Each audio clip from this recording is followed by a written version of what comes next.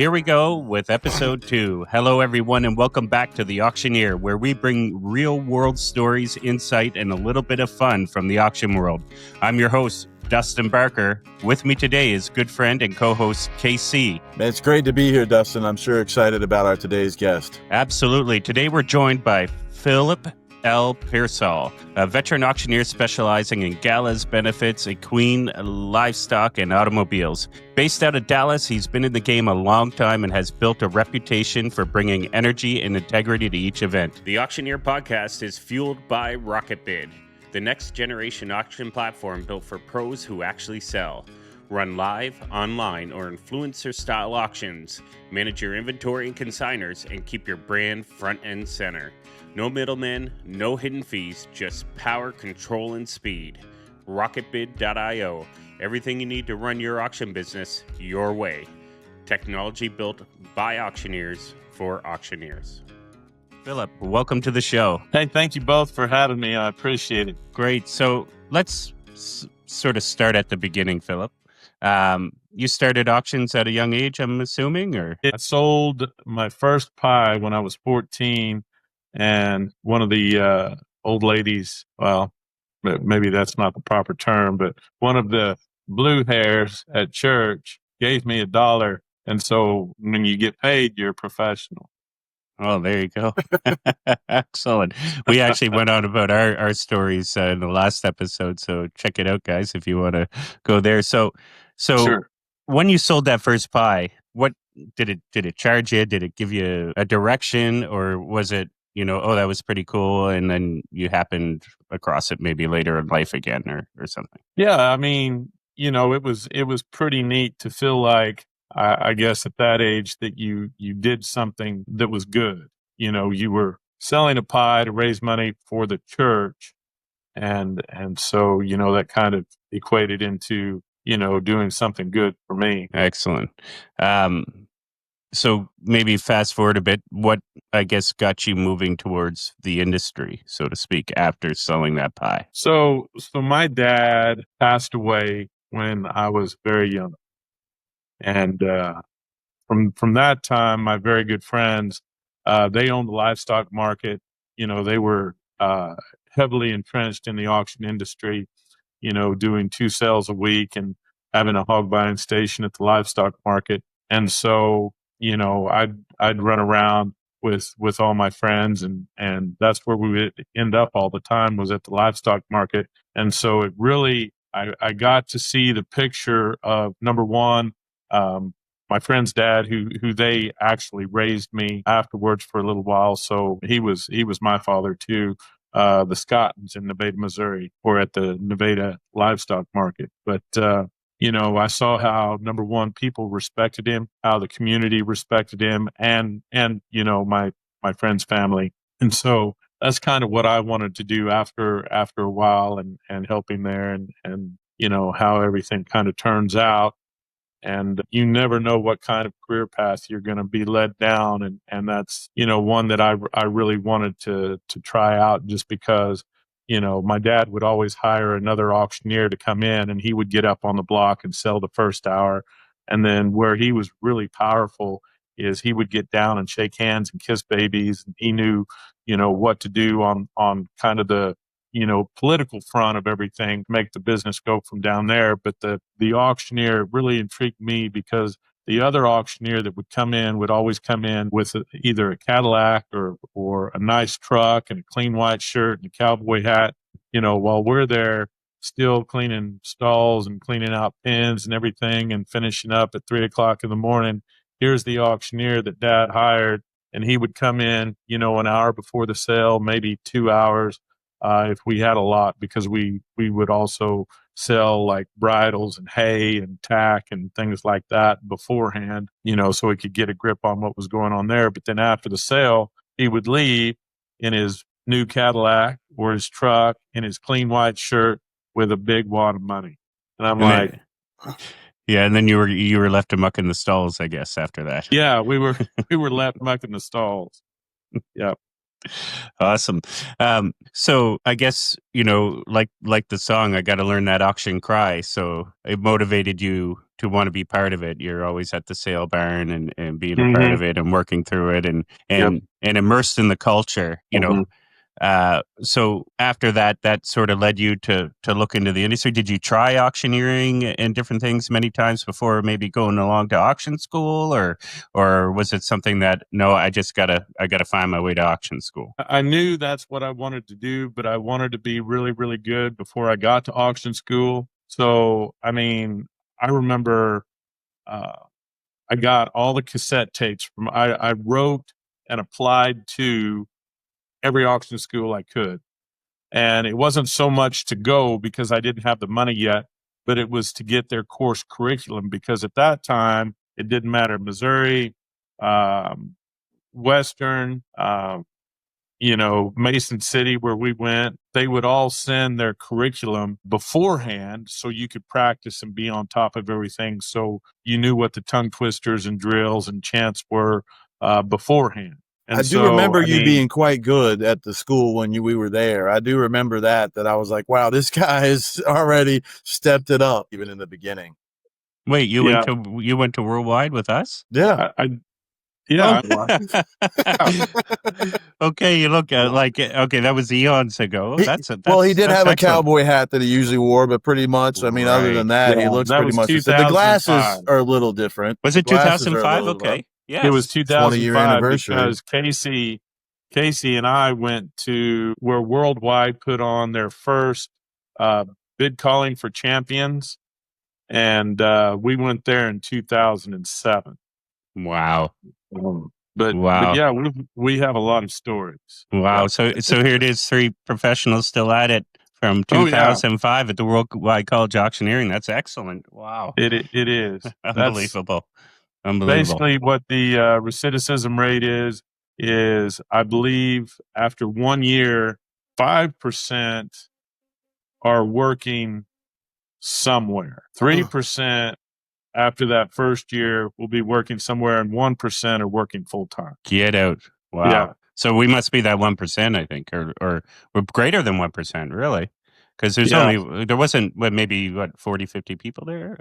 I think about 40 people. Yeah. But 95% of them don't ever, proceed into that next first auction. They go and they never get a chance to use that, and they're not doing something with it. So I just think that goes that, a lot of the auctioneers, while they might get a chant, I don't know if they really get all the tools that they might need. Whereas like with Phillip, he was already working in the industry, had the connections, and that, definitely helps when you go in. But yeah, it was such a great time at school. And then I'm hearing you talk about it, and I'm remembering how smooth your chant sounded and how like it was already polished. And I was like, man, I didn't know there was studies before you came here. So, but I always remembered you having well, my wife wanted to kill me before I went to auction school because you're driving along in the road and doing the tongue twisters and in the shower and everything else. You still do it. Yes, that's right. Like, I guess, to be an auctioneer, you really got to like to hear yourself talk, right?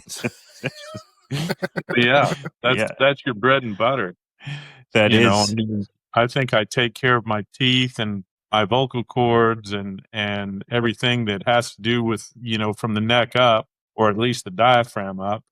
I'm really conscientious about, the care of what I do, because it's basically your moneymaker. And if you lose your voice or you can't talk, you're done. So, Phillip, you wouldn't recommend vaping or anything, right? Any of those kind of people that vape or any of that, you would. No. You would. Thank you. I think no, that would be, I can't. Okay. I'll tell you a secret. Because I'm in so many time zones, so often, my sleeping habits are like I'll sleep for 2 hours, I'll get up for an hour, sleep for 2, get up or whatever, and then or try to stay up long enough to really get some sleep.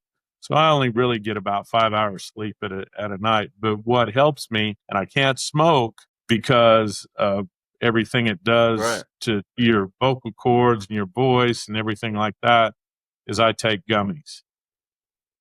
There you go. Smart. Smart. Only the Auctioneer, CBD kind now. Only the CBD kind. Yeah, well, the CBD does work good, especially, like most of us that broke our backs over the last 20-some years. Moving. Right. That helps keep the joints nice and limber, for sure. But I mean, I also practice every day and go over different techniques and tricks and everything like that. Just because, number one, you have to stay on your game, or after a while you just don't get hired. Everybody wants the next flavor of the month to come up, and you've just got to stay good and be good at what you do, be good at your craft, because that's how it is. I mean, I am fortunate enough that I teach. I'm one of the instructors at the Oklahoma School of Auctioneering with Justin Kennedy, who's doing some great things through the FFA with auctioneering and the industry. But it's very important to me to keep my vocal cords and just stay in practice and stay on top of it. I probably do maybe, I don't know, not as many auctions as I used to, but I'm probably still doing about 100 a year. Yep, absolutely. And that's something I wanted to get a chance to ask you about a little bit. I know we kind of jumped right into the auction school, but after auction school, can you tell everybody just a little bit about where you kind of went into and what, kind of auction experience? Because I do think, like, with some of the benefits and the livestock and just, even the contract auction, I mean, I think you have a real interesting, take on where you went and how that kind of progressed, because a lot of people I don't think know what all an auctioneer can do, or what other jobs are kind of available to them. So just a little bit about your path and about how you got there, because I think that's probably interesting. I think I'm pretty blessed on how my path, or my career path has, where it has taken me. After auction school, let's see, that was 2005. And I went just because in Texas, you need to have a license. And so to get a license, you have to go through school. And that was really the main reason that I went through school. But I would say after school, it basically comes down to, and kind of my motto is, hustle till your haters hire you. Because if you're good enough, it doesn't matter who hates you. They want the best of the best up there. And if you can be that in your region or wherever you're at, then you're going to get hired. I would say probably right after I got out, I was still predominantly doing horse shows. And so I had a lot of connections in the sport horse world. And I've been lucky enough and blessed enough to get some sport horse auctions, or at least facilitate some buying and selling for sport horses. I had 2 car auctions. I'll just go over my from auction school to now. Sure, quick. Just had 2 car auctions until the pandemic. So I was blessed with that. Had a very good, nonprofit gala business until the pandemic hit. I still do. I mean, it's coming back, but it's different than it was before the pandemic. I'm also blessed to be the lead auctioneer for an oil and gas company that the oil and gas asset clearinghouse. And so they're based in Plano, and we do six auctions a year for oil and gas properties. And they do their auctions on a Tuesday. So our weekends for the horse shows are Monday and Tuesday. So I'll just fly out on a Monday and then catch the red eye back on Tuesday. So it works out really good. And so that's kind of my business right now, between nonprofits, still helping nonprofits, and oil and gas, and every once in a while, still getting the sport horse auction, and of course cars every once in a while. That's so sorry, Casey. That's the beauty about this industry too, is the variety of things you can get into and stuff. Like myself, I found myself working for the car dealer or car auctions, I guess, and equipment sales, and right down to estates and basically anything you can think of. I've pretty much been, and charities, of course, and I guess maybe that's what helps keep it a little fresh, is being able to travel in different circles, right? I think the cool thing about that too is, and I've done, a number of estate sales or helped other auctioneers. I kind of pride myself on being more of a contract auctioneer than, somebody who has an auction house or an actual business. I think I'm better suited for what I do. But I think the really cool thing about being able to do everything as an auctioneer is because in each niche of the industry, if you go from cars to cattle, especially to nonprofits, because if you look at the auctioneers that are doing nonprofits, and there are a lot of really good auctioneers who get up behind the mic to help and go to galas and stuff like that.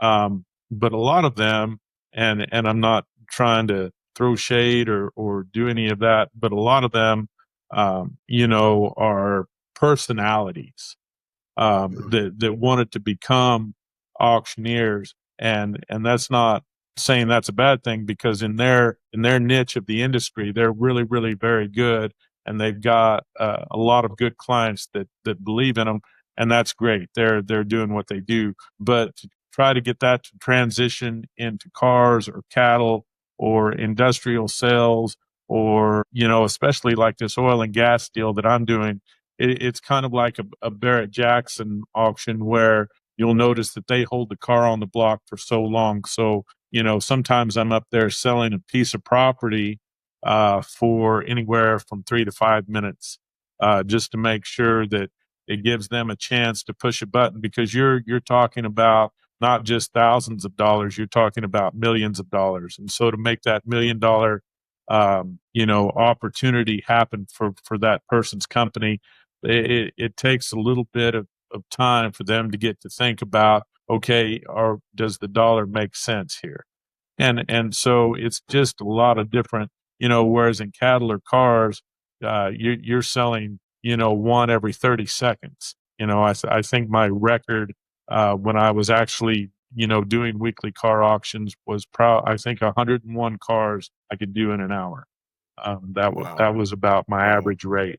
When they were rolling through, they weren't stopping; they were just going, right? So no, they pause for a second, you see them, see you later. And in your nonprofit auctions, stuff like that, you have to. I believe you still have to have a good chant. You have to have something that's pleasing to the crowd, so they'll listen to you. But you have to be a showman. And and I mean that for women too. They've got to get up there, and women are very good. Female auctioneers are very good at doing that, because they catch the crowd's attention.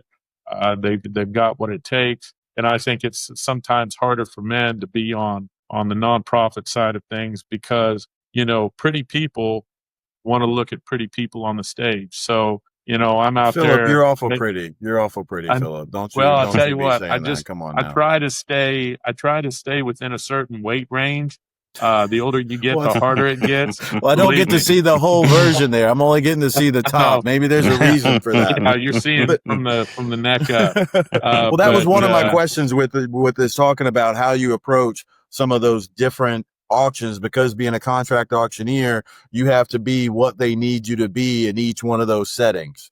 Right. And so you really have to, I think, kind of change your chant or change a little bit. And that was one of my questions, is just how are you able to approach those so differently and still give that level of skill that I know you do? I think on like nonprofits for galas and those nonprofits you're helping, it's more of, you're kind of selling the sizzle, instead of the meat, because people Absolutely. when they've got enough money, they can buy any experience they want. Right. They can go to Russia, they can go to the Bahamas, they can, buy a private jet, do whatever they want, that kind of expendable money. But it's the experience that trip will give you. And so you try to sell the sizzle of whatever that is. So I focus a little bit more on that. And I focus a lot more on selling to women. And the psychology of that is if I'm doing like, I don't know, for breast cancer, right?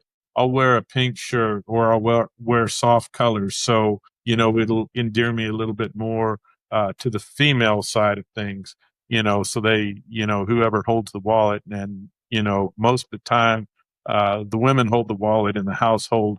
And if you don't believe me, I'll tell you a short story. So if you go into, let's say, a clothing store, right? And you have a couple that are shopping. So, the man's going to go around and let's say it's got a little bit of both for everybody. It's got a little bit of, on the male side and on the female side. And so the man's going to be walking around going, honey, do you like this? Does this shirt look good? Well, yeah, that'd be a great Christmas present. And that's what the female psyche is thinking. Christmas, Valentine's, birthday, they're thinking, what holiday can we slop that shirt or whatever it is the man wants? But when they're going up to the cash register and the wife's got all of her clothes, well, honey, can I use your credit card? Here you go. and so tell me the women don't pull the purse strings in the household. They do. Absolutely. They do. Definitely not going on tape saying anything else. Yeah, I know. But I look for that at the when you're doing nonprofit or gala events. I look to see who's wearing the Jimmy Choos or the Louboutins. I look to see for the red, and it doesn't always mean they're Louboutins, but or who wears the Rolex or who has this. You're still looking for the best horse in the race. Oh, you bet. Well, and you look at the people who are standing still and the people who are going up to them, shaking their hands or doing whatever, because there's your whales right there. I love cocktail hour on a nonprofit gala because I look at the room like a thief. I kind of get in the Robin Hood mindset where, I'm going to steal from the rich and give to the poor.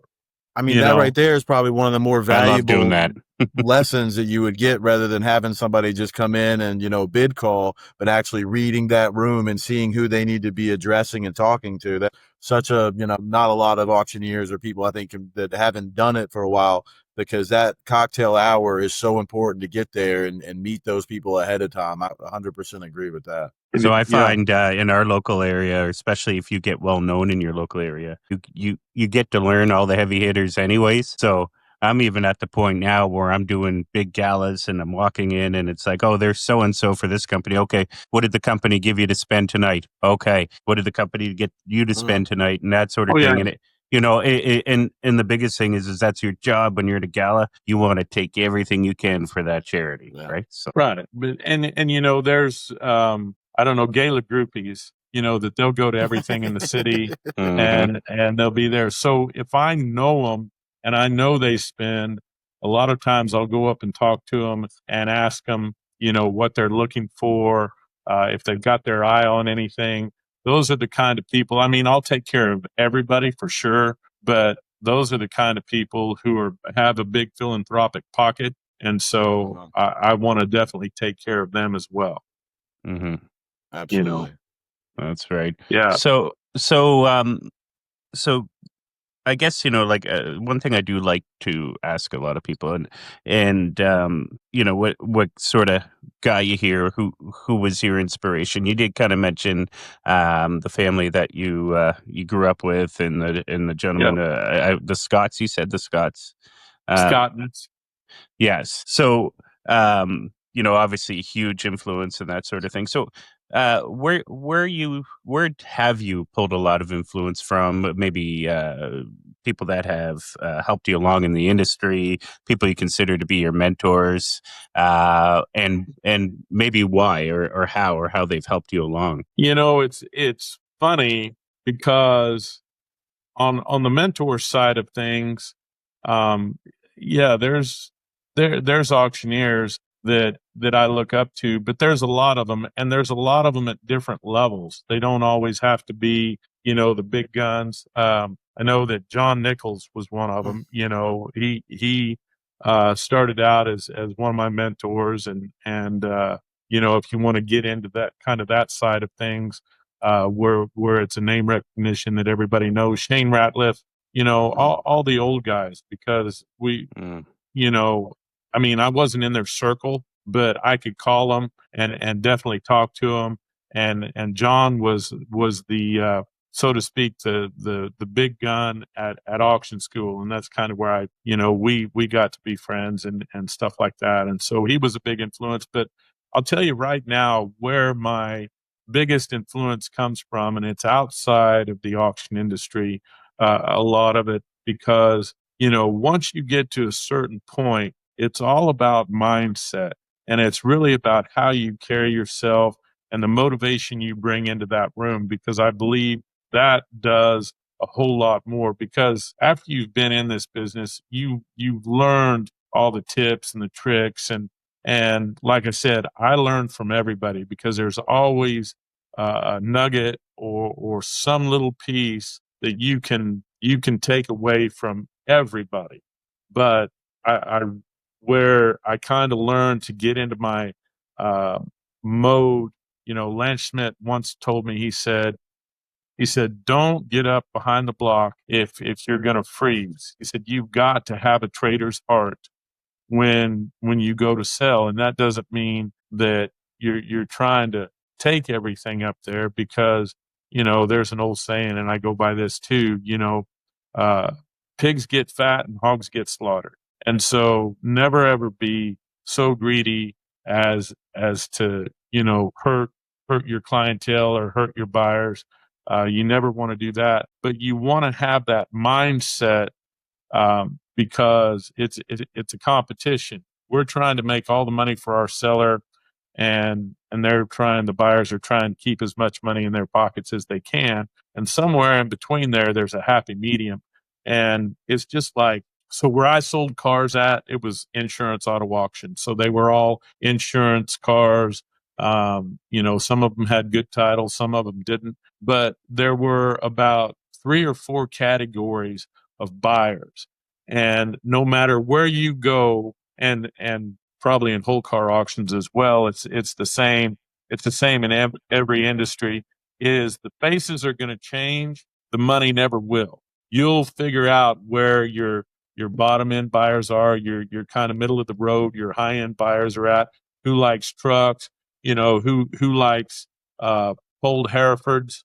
Things like that. And you're going to fit everybody in each auction that you go to into a category, and you'll know that that category's filled up with these people. Another thing too, it's funny on car auctions, is if you get one set of buyers, like if they're truck buyers, and for some reason all the truck buyers or the prominent truck buyers that day decided to stay home, or they got sick or whatever, it messes up the rhythm in the auction. Another thing that messes up the rhythm in the auction, and I don't know if I'm speaking out of turn here or not, but when you get people with money that don't know what they're doing, or don't know how to bid, or really what they want to bid on, or what's good, and all of a sudden you've got your regular buyers that are there, and kind of where they're going to be, where the market is, and then all of a sudden, you've got Billy out there that just got his tax payment, and he's going, I'm in, or whatever. And it's like, okay, Billy, we're going to have to deal with you today too. So you just kind of remember that, I mean, it's just part of the game. Yeah. Having Billy's around once in a while is a good thing, though, for sure. Yeah. Every once in a while, it's a good thing, but they surprise you, 100%. So 100%. Sometimes it's a good surprise. Yep. That's right. So how are you finding, like, I guess, when we all sort of started back in, the early 2000s as professionals,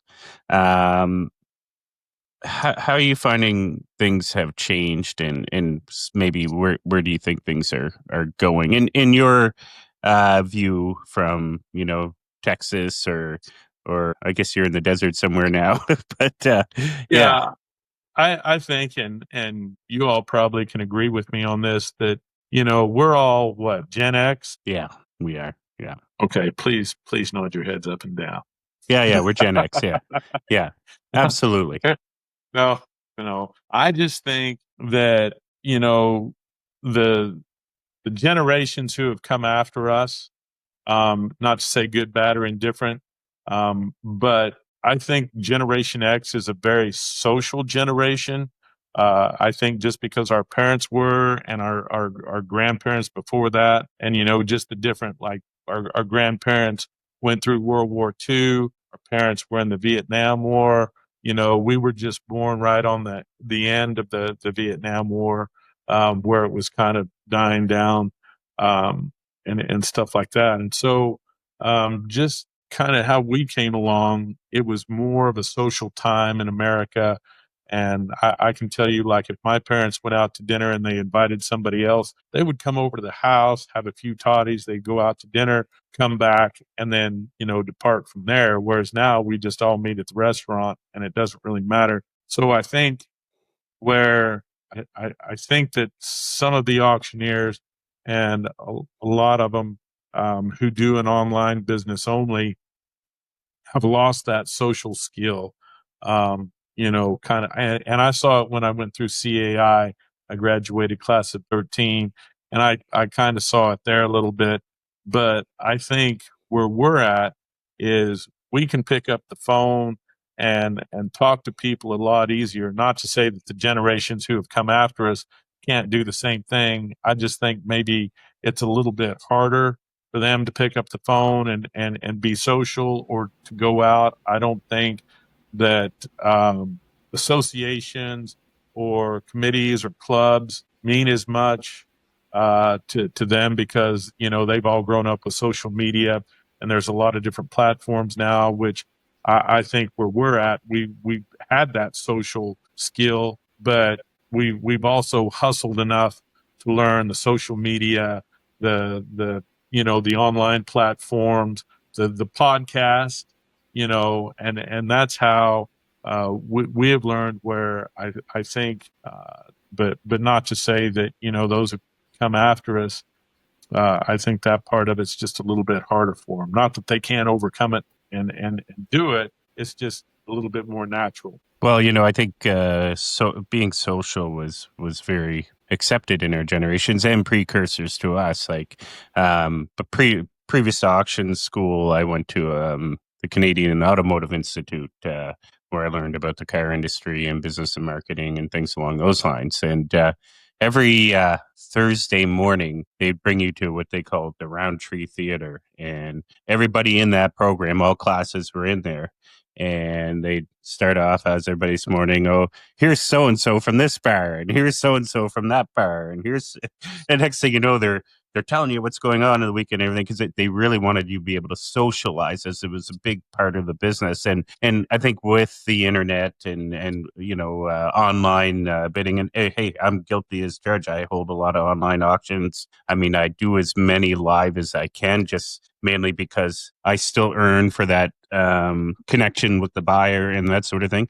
But that it is disappearing. I find myself, it is disappearing.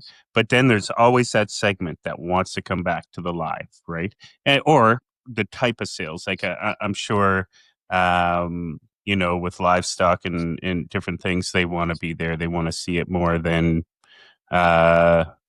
look at it on the computer. Am I right in assuming, or is it just like the car industry now, where they want to be behind the screen? Yeah, there's a few. That's why I don't have car auctions anymore, because I went the way of online. And I think another thing our generation has done, just because our parents kicked us out of the house early in the morning on the weekends if we didn't have school. And it's pretty true. We didn't come home until the streetlights were on. We might get to go in one time at noon to get a drink or something. Yeah, but they wanted us out of the house. Hey, get out of here. Or use the bathroom. So I think that's kind of another good thing about our generation, is we've had to learn how to survive. Not like surviving in war or surviving on the mean streets, but you're playing all day, you're doing something. You've got to figure out how to get, fed, or how to get from here to there, or just kind of problem solving. So I think a lot of what our generation has done too is we figured out if we don't at least simulcast auctions, we're going to get left behind. And so I think where we're really good at is we put our mind to something, not to say that there aren't, auctioneers and other generations that do the same thing, because there are. I just think ours is probably the bigger proponent of that is where if we don't do this, we're not going to eat, or we're not going to put food on the table, or we're not going to be able to pay bills. So I think we're a generation of cockroaches. And what I mean by that is it's hard to kill a cockroach.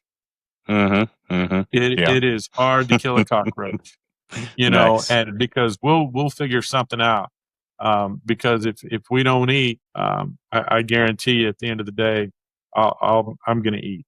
Yeah, we knew how to have fun before the internet, before we had a way that we could kind of look at, we still had to go have fun. So, I think that to your social point, we had to figure out what games to play and what to do without just going on social media and ranting. And I don't know to stay on this topic, but I was just curious, just in all of your kind of the sales and stuff you've done, do you have any pet peeves of, things that you see in the auction business that has either changed or not changed? I mean, I guess definitely the movement of online, but just, certain things that you're like, bid spotters who don't catch bids. I know we didn't really talk about some of your education and some of the other specialities that you have, but I do think, being a great ring man is one of those that I think that you have as well.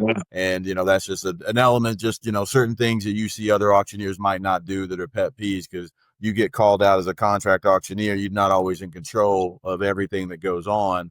You might just have your own thing you have to do. Right. No, I think it comes down to how you communicate with your team.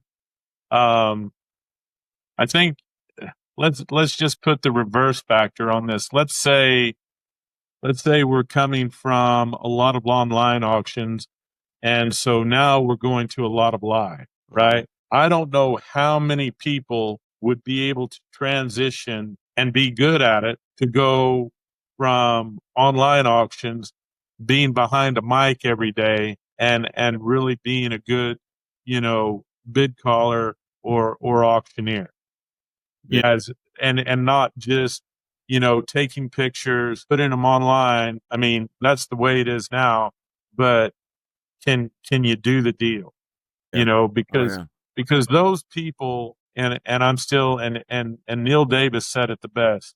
He said, it doesn't matter where in this industry you go or what you do. If you are a good bid caller or a great bid caller, you will always have a job. Because even with the component, even with the online component or the technological side of everything, most auctioneers are still doing simulcast. So the guys who can carry the mail are working. You figure there's 30,000 auctioneers in the United States. Not all of them are working full time. And I would say probably only, I don't know, maybe 1% are working full time out of those 30,000 people.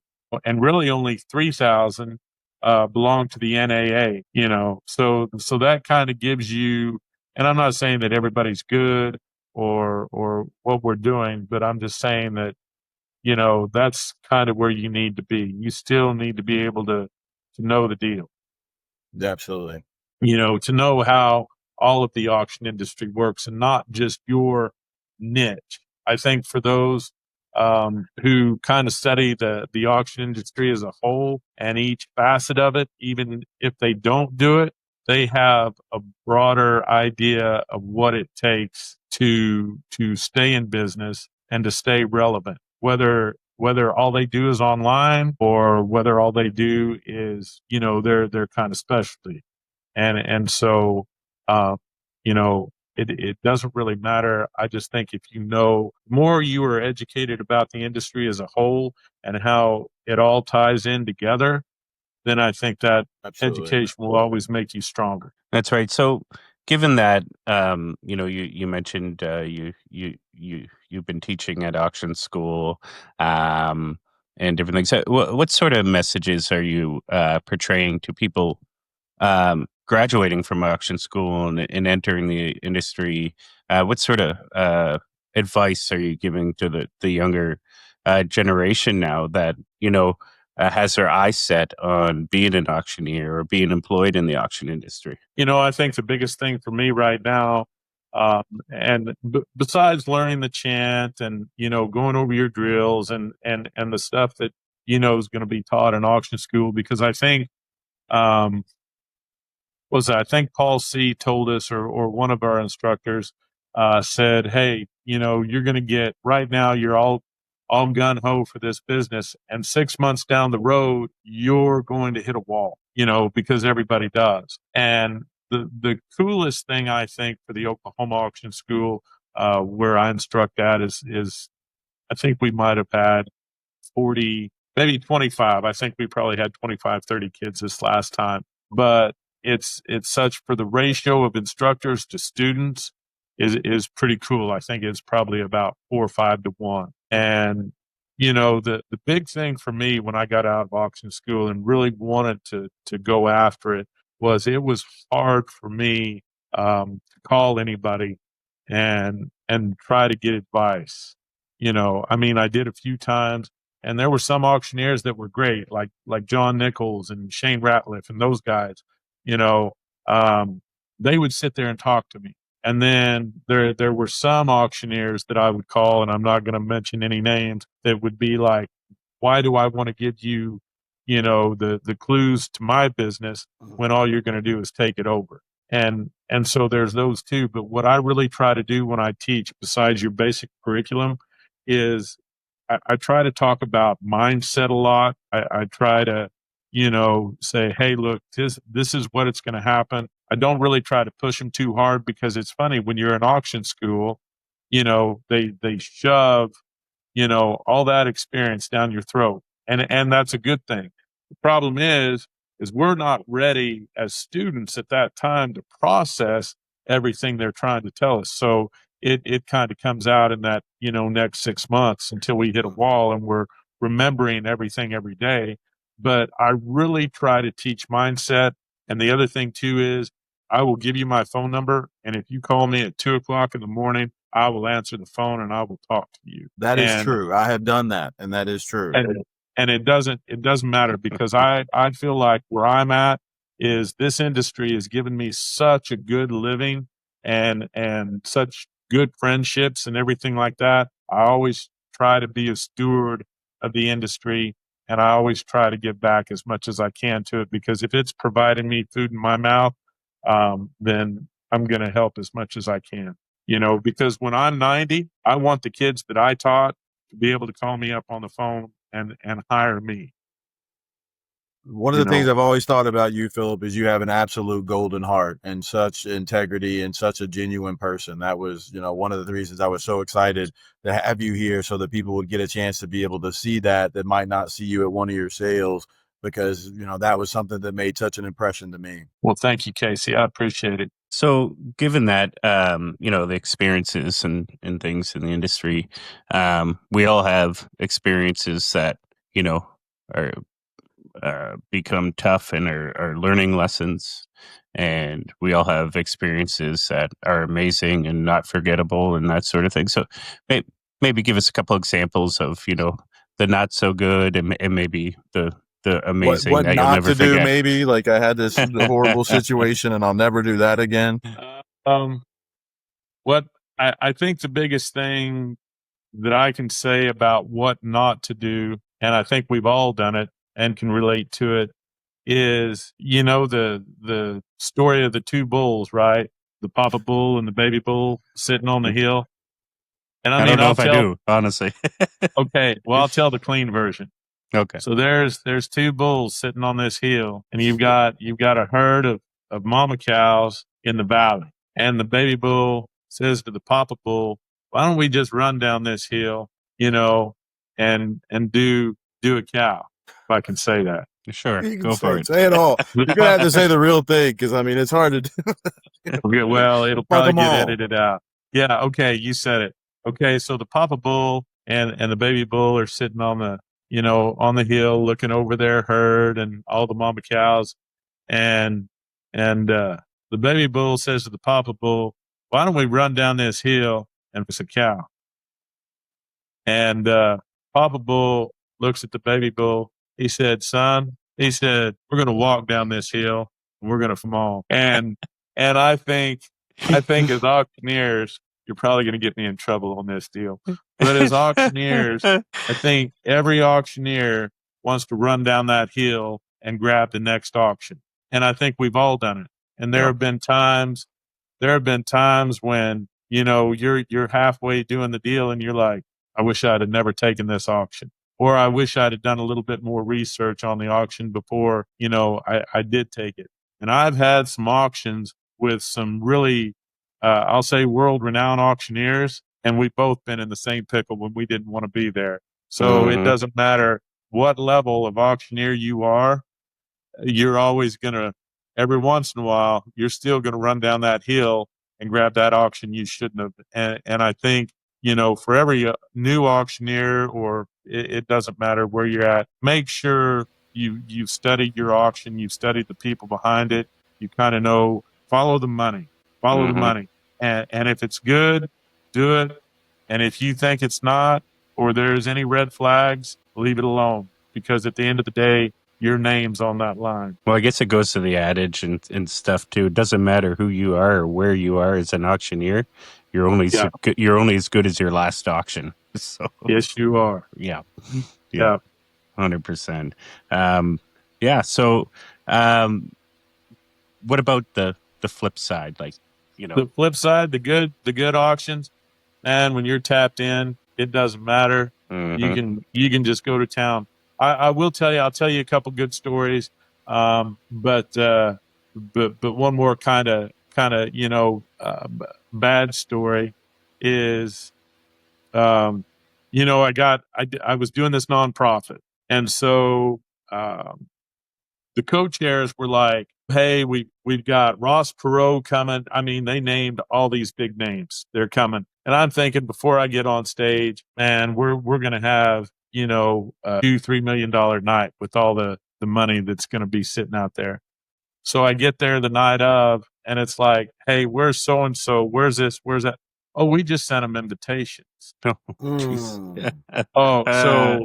And I'm like, well, you kind of told me or led me on to, hey, they were coming, which, hope's a good thing. But at the end of the day, if it doesn't happen, you're stuck there with, and you've got to figure out, or, when you're up doing the ask and the band gets up behind you and they start to play, and it's like, oh my goodness. But on, some good notes, I'll tell you, one of the best or the coolest thing that has happened is when you are the auctioneer for a nonprofit and they're raising money towards a certain goal. And I can remember, I think it was a Boys and Girls Club, and they wanted these 2 new vans and in my community. And when I saw those 2 vans that I was a part of the team that helped make that come to fruition, that was cool. That's a cool thing. Or, another cool thing is I've done a lot of film festivals. I've done the Austin Film Festival, the Fort Worth Film Festival, and I've gotten to hang out with a lot of pretty cool, movie stars or singers and this and that. And one story there is I was doing the Fort Worth Film Festival, and I mean, it was Robert Duvall, who's in Billy Bob Thornton was there, Ethan Hawke, Billy Joe Schaefer, the guy who wrote The Godfather and Hogan's Heroes, Ruth Buzzy, Kinky Friedman, all these people. And we're just there, yakking it up and talking like we've known each other for forever and ever. And then I don't know if you know who Wade Bowen is. Wade Bowen's a big, Red Dirt singer. And I mean, he's great. He and Cody Canada, if you've heard of Cody Canada, they're brother-in-laws. They're married to the same sisters. Well, anyway, Wade was doing his big gala in Waco. And so I was coming from a ballroom auction in New Jersey and had flown in, and I'm in the back and I'm just tired. So I'm sitting there taking a nap in one of those old lawn chairs that have the old kind you buy at Walmart. And so I'm in this lawn chair, and all of a sudden somebody kicks my calf, kicks the back of my calf, and I wake up and I'm ready to go, and it's Billy Joe Schaefer, and he's like, "Hey, boy," and I was just like, "Hey, Billy Joe," and what can you do? You can't fight anybody, but just things like that. And another really cool story is there's a lot of Catholic schools in my area, and this has happened to me twice, which is really pretty cool. Is the janitor becomes very endeared to the school. I will say that the private schools in my area of Texas, those kids are very gracious. They're very respectful. Their moms and dads have taught them, and the teachers have taught them right. And so for some reason, there's always been this one janitor that is near and dear to everybody's heart. And so they always buy that janitor a raffle ticket. And so at a couple of the schools, and I think it was about the same, there was a raffle drawing, and I got to draw the tickets. And these are at two different times in two different schools. And the credit card that they were drawing for was for $100,000. And both times the janitor, somebody had bought the janitor a ticket.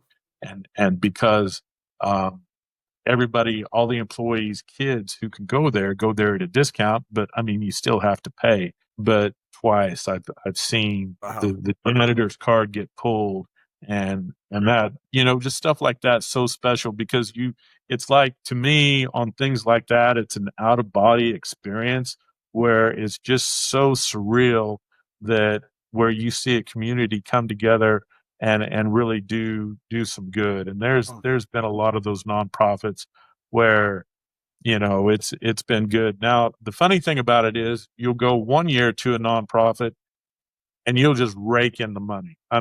It's just flying. For some reason, you've got the right people in the room for the right reasons, and it all comes off. And the next year, you think you're still going to ride that same wave, and you get a drunk person in the room that thinks that they can bid to impress their friends, and all of a sudden they're climbing under the table because their husband or their wife got mad at them, and it just doesn't go the same way. So a lot of times you've got to kind of know what's going on in the world for that year. I'm really big in staying up on foreign and domestic affairs with how our economy is, just especially for a lot of those nonprofits, and how it's going to affect them. It's definitely probably getting a lot more difficult for a lot of these charities in recent times, because inflation, threats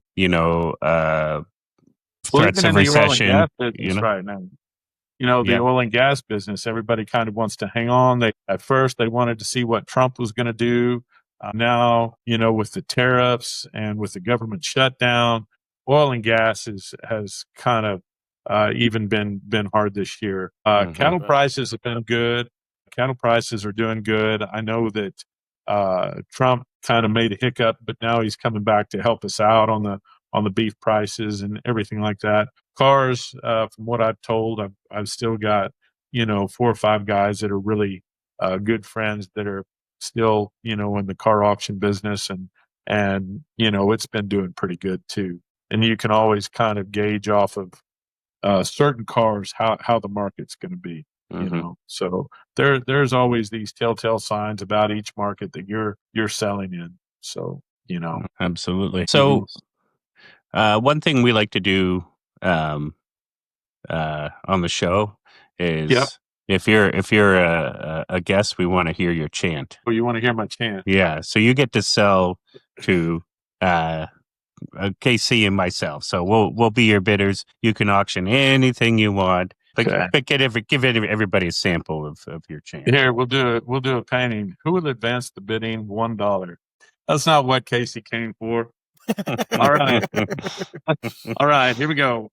I'm going to sell this nice phone right here, this nice Samsung 25. We'll be selling that.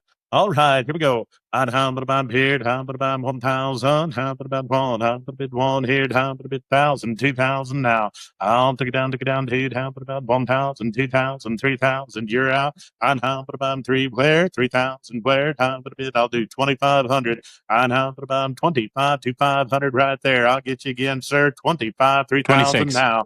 I'd humble about here, 26, 7. I'd humble about 7. One time, there you go, 27, 28. Thanks, Casey. I'd humble about 29. I'm 2,900. I'm here, 29. I'm 29. I'm here, and I have sold it $2,800. $2,800 by number 149. Good job, sir. Good job. Beautiful. I mean, no warm up, no nothing, just drew right into it. I mean, that guy is a class. I mean, he's such a talent. If I Phillip. If I had a little warm up, it would have been better, but that buzz, it was great. It was fantastic. I love it. I love your chant. Absolutely. Well, and to be fair, you're selling a cell phone. I mean, you know, that was a good price for a cell phone. Yeah, well, absolutely. But you know, like if you're selling cattle or cars or something, then it'd be a different story. I mean, I find myself when I'm selling to the general public, estates or whatever, you know, I'm moving at a certain speed and I'm being a lot more clear than if I'm rattling off cars and equipment and that sort of thing, because you're moving fast, you're going to different direction. And I find it basically changes to the audience. Well, I think a person has, if you're good, they have about 3 chants. And I think, and you know, my practice routine is a lot different than most, but I think the 3 chants are, you've got your contest chant where, you know, it's more of a showboat. You know, on your first one, they kind of want to see what you can do. On your second one, you're out there to show off. You know, the first one you putt for dough and you drive for show. And so that's kind of, I think, where your first chant is. I think your second chant is going to be your journeyman chant, where, you know, you've got, you know, 300 lots to sell that day. And, you know, that's kind of where it's at. And then I think your third type of chant is, you know, it's just all show, especially when you're at a gala, because you've got your tux on or your flashy, you know, you're trying to be, you know, flashy and be out there and be an entertainer. And I think you've kind of got that chant too. But at the end of the day, you've got to take care of your vocal cords to get it all done. You know, that's right. That's right. So is there anything you'd like to bring to the show, Phillip? Now that you're, you know, since you're a guest on the show, is there any topics you'd like to cover or bring forward that we might not even be getting into today? You know, I think what I would do is it's a good mix, kind of having the old guard and kind of their thought process. But and I know I've mentioned his name before, but Justin Kennedy and what he's doing with the FFA students and how that's really going, because we've all tried to do that. And he's the only one that has got it or is getting it done. I mean, he's definitely got help from some auctioneers. You know, I'm definitely blessed to be one of the instructors at his school and stuff like that.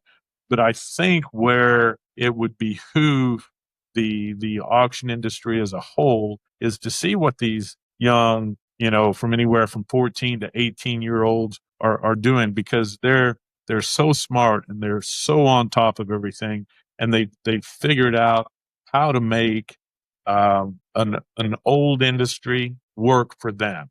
You know, can you tell us a little bit about that? We talked about it before offline, Phillip, but can you tell Dustin and everybody what he's doing there in that partnership with the FAA? I think that's just real brilliant. So I think what he's doing with the FFA is he's drawing interest for, you know, the auction industry and for FFA students who want to be auctioneers or try it. And so what Dustin, usually, you know what the FAA is in Canada? No, so absolutely. FFA is Future Farmers of America. Oh, yeah. So it's kind of like the 4-H in Canada, I guess. 4-H.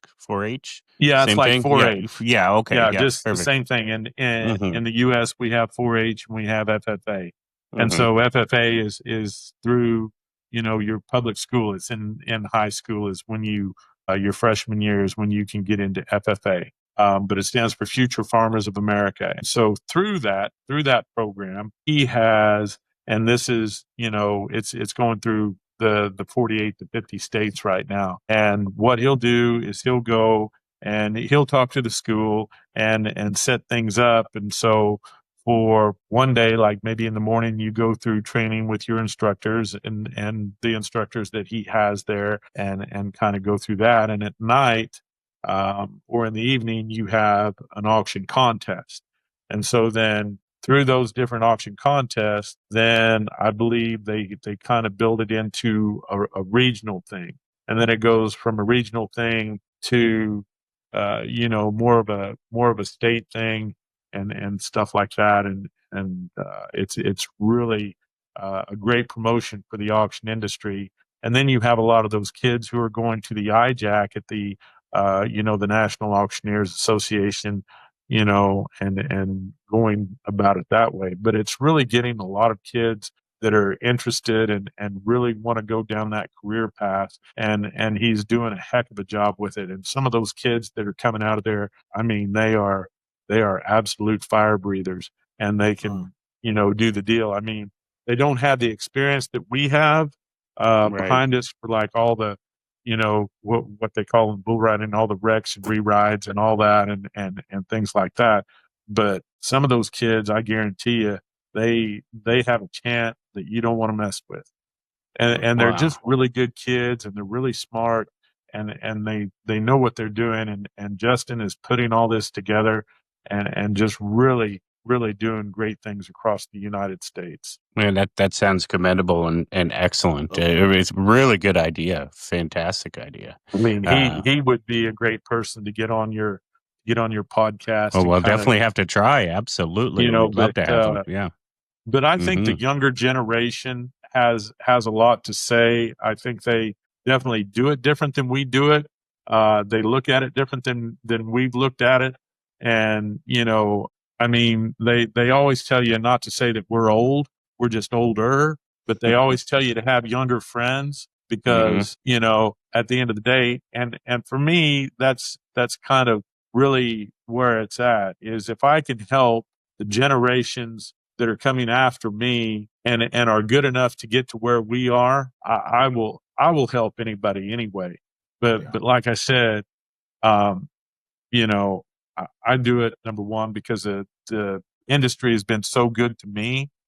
And the other thing too is, like I said, when I'm 90 years old in a rocking chair, hopefully one of these kids that we've helped will call me up and say, hey, come and help me out, or come and see what I'm doing.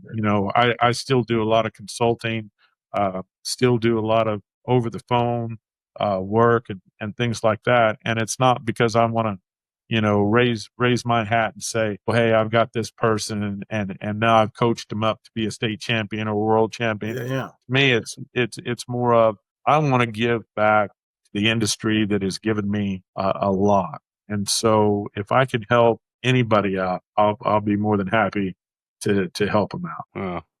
Oh, that's a great way to be. Absolutely. Yeah. I don't think you're ever too big in an industry not to help people out.